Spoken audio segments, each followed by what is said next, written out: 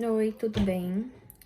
Meu nome é Michele, eu curso Pedagogia na São Judas da Moca e eu tô atualmente no 4º semestre. Na aula de hoje, eu vou falar sobre o sistema nervoso. Bom, todo mundo sabe que o sistema nervoso é um dos sistemas mais importantes do nosso corpo e ele é responsável pela compreensão, pela percepção, pela captação de mensagens do ambiente. E a partir daí, ele vai responder através dos movimentos, através de sensações, de constatações. E tudo que a gente faz é por conta do sistema nervoso. Ele pode ser dividido em duas partes, que é o sistema nervoso central e o sistema nervoso periférico. E eu vou falar um pouquinho sobre os dois. Começando pelo sistema nervoso central. O sistema nervoso central é constituído por encéfalo e medula espinhal. Esses dois são envolvidos por uma membrana e o nome dessa membrana é meninge. Falando um pouquinho do encéfalo, o encéfalo tem 3 órgãos principais, que é o cérebro, o cerebelo e o tronco encefálico. O cérebro, que ele é o órgão mais importante, obviamente, e ele é dividido em duas partes, que é o hemisfério direito e o hemisfério esquerdo.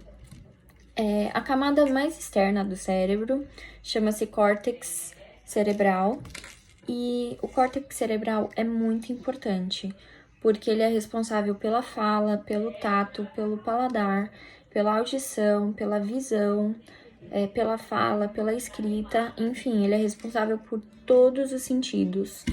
E, além de tudo isso, ele é responsável também pelos atos conscientes e inconscientes. Então, a imaginação, o raciocínio, a memória e também por atos involuntários, que é o que a gente não controla. E agora, o último órgão do encéfalo, que é o tronco encefálico. Ele está localizado na parte inferior do encéfalo e ele é responsável por conduzir os impulsos nervosos do cérebro para a medula e da medula para o cérebro. Além disso, é responsável também pelas atividades vitais, como o reflexo, batimentos cardíacos, respiração e etc. Agora tem o cerebelo. O cerebelo está localizado na parte posterior e abaixo do cérebro. E ele é responsável pelos movimentos precisos do corpo. E além dele ser responsável por isso, ele também é responsável pelo equilíbrio e pelo grau de contração do músculo quando os músculos estão em repouso. Já falei sobre o encéfalo e sobre os 3 órgãos que o compõem.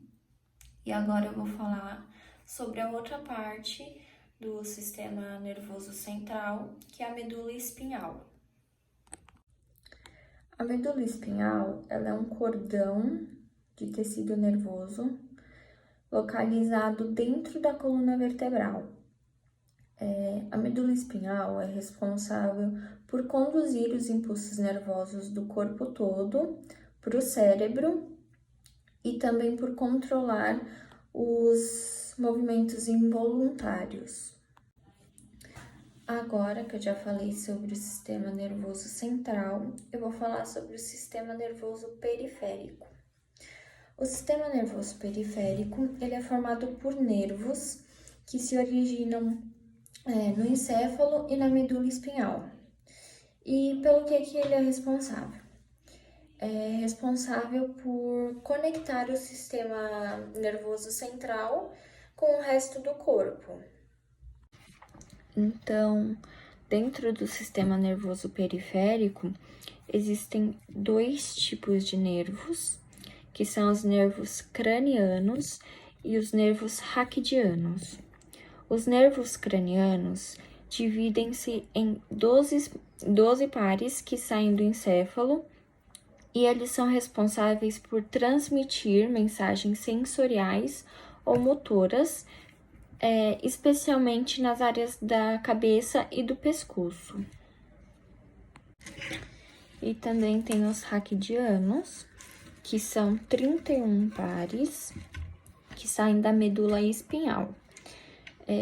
Os raquidianos, eles têm 2 neurônios, que são os neurônios sensoriais e os neurônios motores.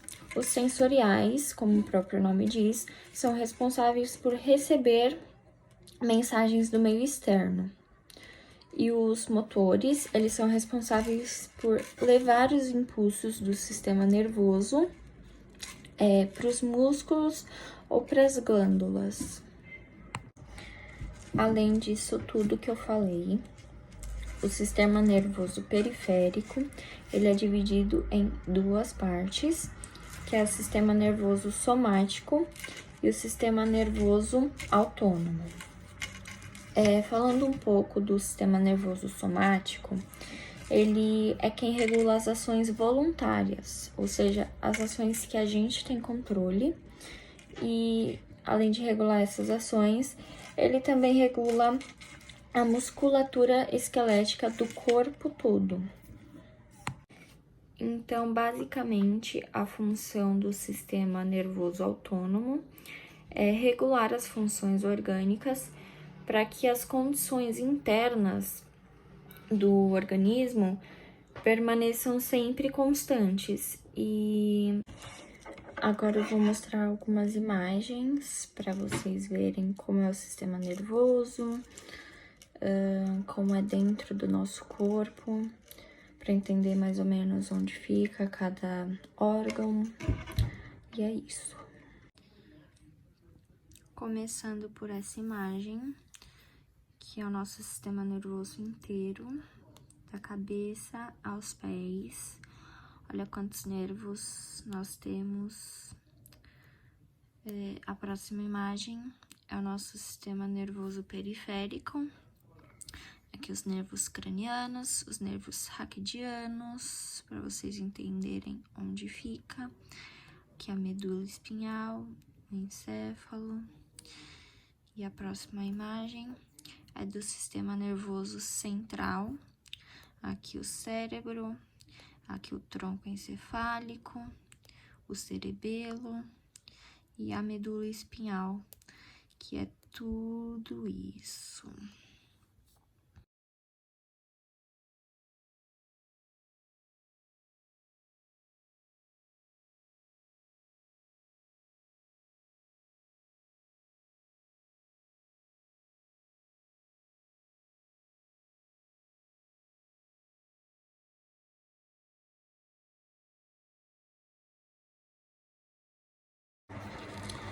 Eu já falei do sistema nervoso dos humanos e eu vou falar também um pouquinho do sistema nervoso dos animais.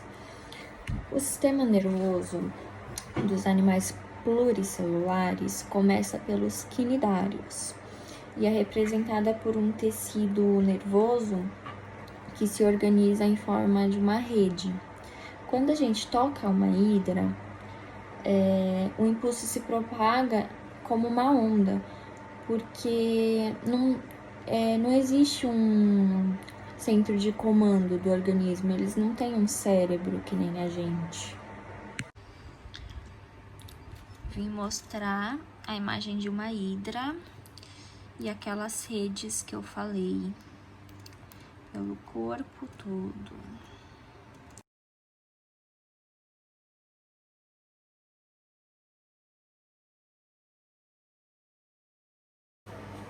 E aí, então, surgem os animais de simetria bilateral.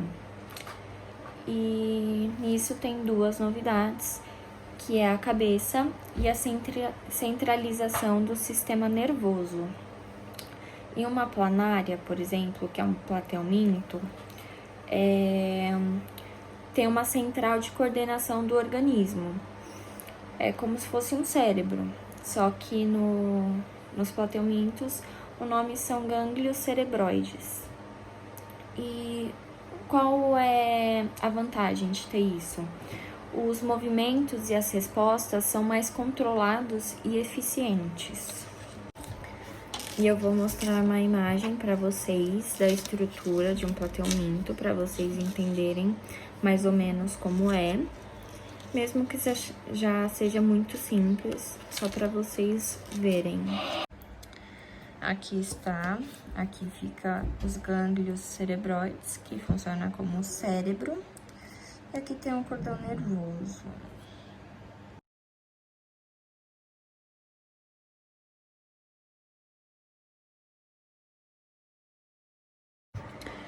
Aí vem os anelídeos e os artrópodes, que além desses gânglios, tem também os gânglios complementares.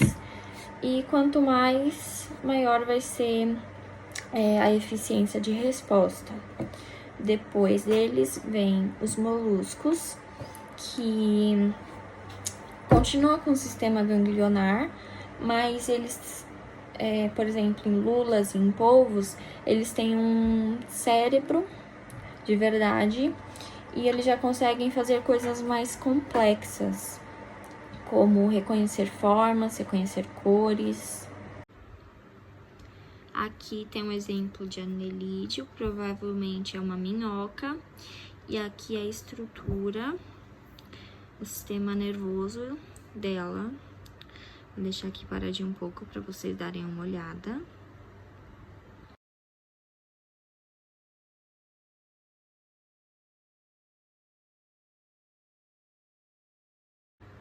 E aqui tem o sistema nervoso de um molusco, nesse caso deve ser um caracol. E vou deixar um pouquinho aqui parado para vocês darem uma olhada nessa estrutura.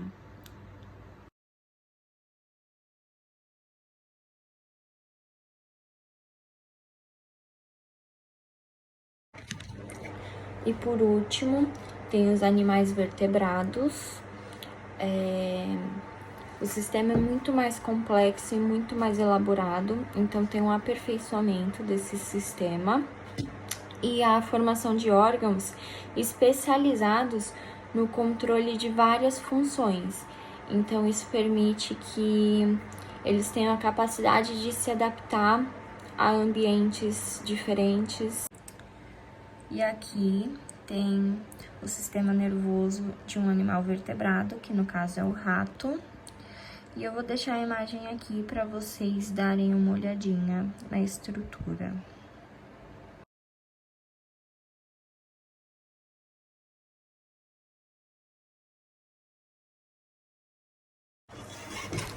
E tem os seres humanos, que eu já falei o vídeo inteiro, e que é o nível mais complexo do sistema nervoso, porque nós temos a capacidade de pensar, nós temos o pensamento lógico, a capacidade de discernimento, e é isso que nos diferencia dos animais.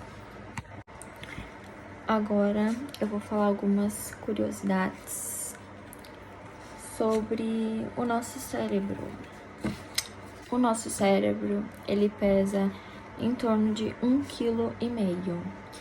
Mesmo que algumas pessoas aparentam ter menos, nosso cérebro pesa 1,5 kg. 75% do nosso cérebro é composto por água. O cérebro tem a mesma consistência macia de uma manteiga. Nojento. Esse órgão possui mais conexões do que existe estrelas na galáxia. Então, dá para imaginar quantas conexões nosso cérebro tem, infinitas. E o nosso cérebro, ele pode arquivar até 1000 terabytes de informações. E assim eu encerro o vídeo, eu espero muito que vocês tenham gostado. Beijos e até o próximo.